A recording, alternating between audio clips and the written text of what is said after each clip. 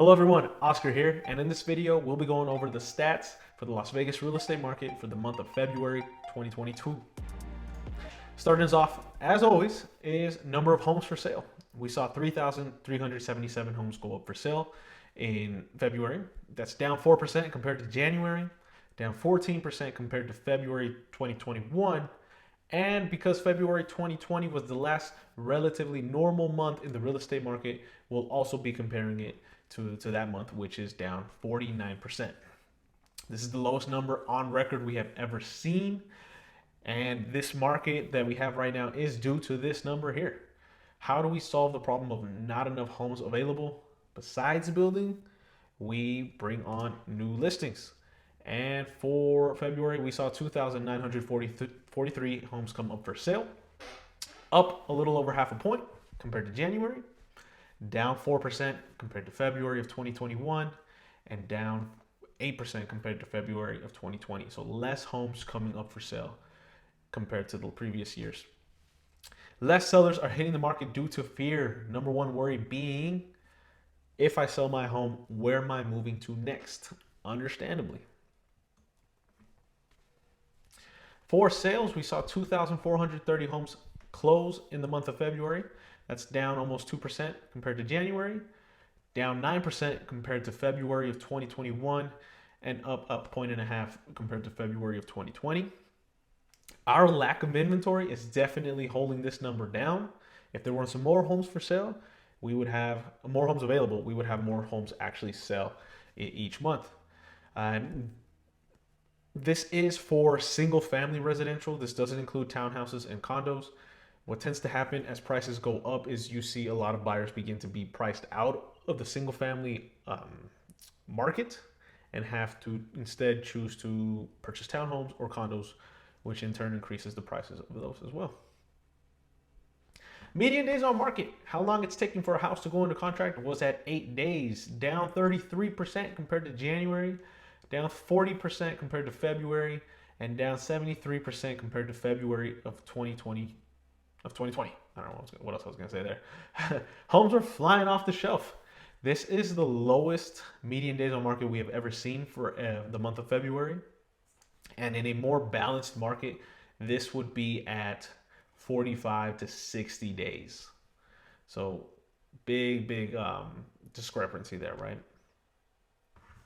Median sales price, new record set, $450,000 for Las Vegas, up 3.5% compared to January 2022, up 26% compared to February of 2021, and up 41% compared to February of 2020.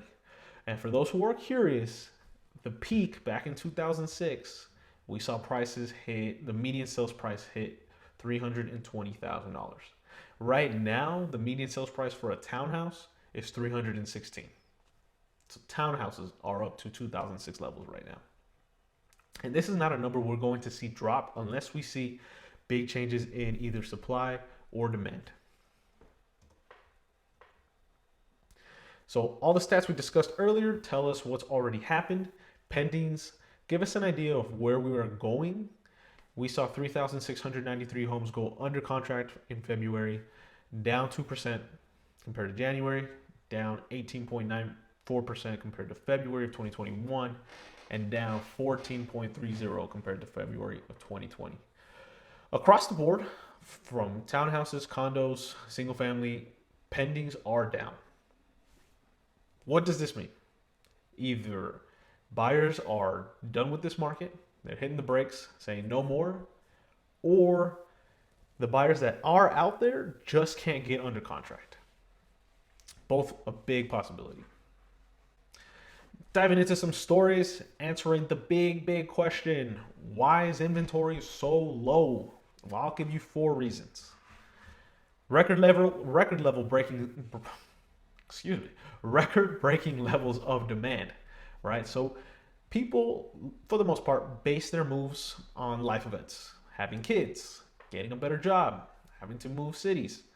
And right now, more millennials will reach the age of 32, the peak age of home buying, over the next 2 years than ever before.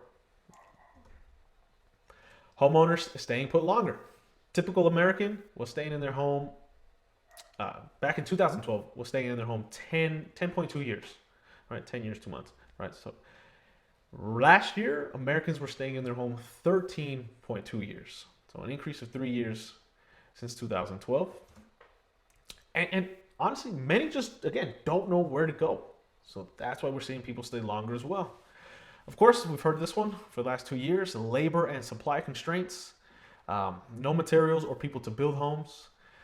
We did see a jump in labor employment last month, which is definitely going to help. When it comes to supplies and materials, we are still having big challenges there. Lack of home building for years. Builder confidence was completely wrecked in the market crash in 2008. It caused a post-traumatic stress of not wanting to build. And many had to leave the business. Many builders were just forced out. And here's what I mean by that. So new private housing, 1-unit structures in Las Vegas. In 2000, the year 2000, we saw 25,000 new homes built that year. By 2005, we were up to 40,000 new homes being built a year. And as you can see, when the crash happened, we got as low as 4,698 homes built in 2011. Okay. If you look at 2021, we're still nowhere near 2005, 2006 levels, right? Which is not necessarily a bad thing. Builders are approaching with caution because we definitely don't want to create another scenario like 2005 and 2006. Now, what could cause a change in demand? So a real estate market isn't solely dependent on supply. There is another half to that, which is demand.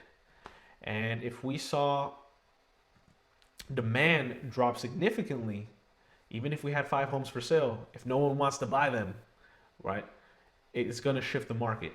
And what could affect that? Well, the crisis in Ukraine.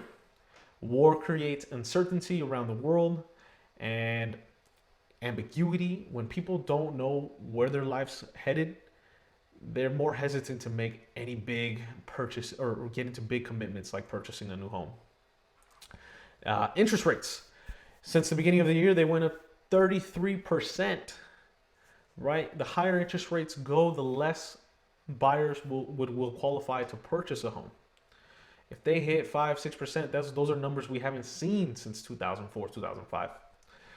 And another one, rent control. A Clark County commissioner is calling change in rent laws, especially considering we've seen 20% increase in rent over the last couple of years. In the real estate market, it's not just retail owner-occupied buyers out there. Those buyers are competing with investors as well. And if an investor begins to see that the amount of income they can potentially make is being limited, it may not make business sense to purchase in Las Vegas, which would alleviate some of that demand as well.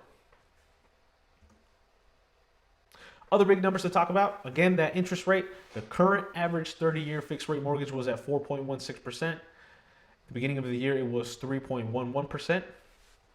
And we'll dive a little bit deeper into that one in a second. Las Vegas unemployment at 6%.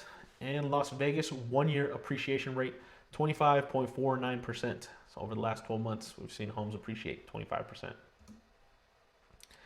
And here's that chart for interest rates. Right, so right around here is the beginning of the year, doing nothing but going up, and around here is where we had the Russia-Ukraine war begin.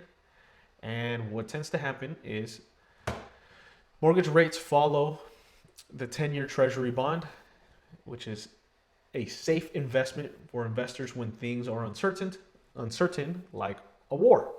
So investors put their money into the 10-year Treasury. As that happens, the yield for that goes down and interest rates follow that. So those also go down. Seems like people are getting more comfortable with what's going on, and we've seen them do nothing but continue to go up.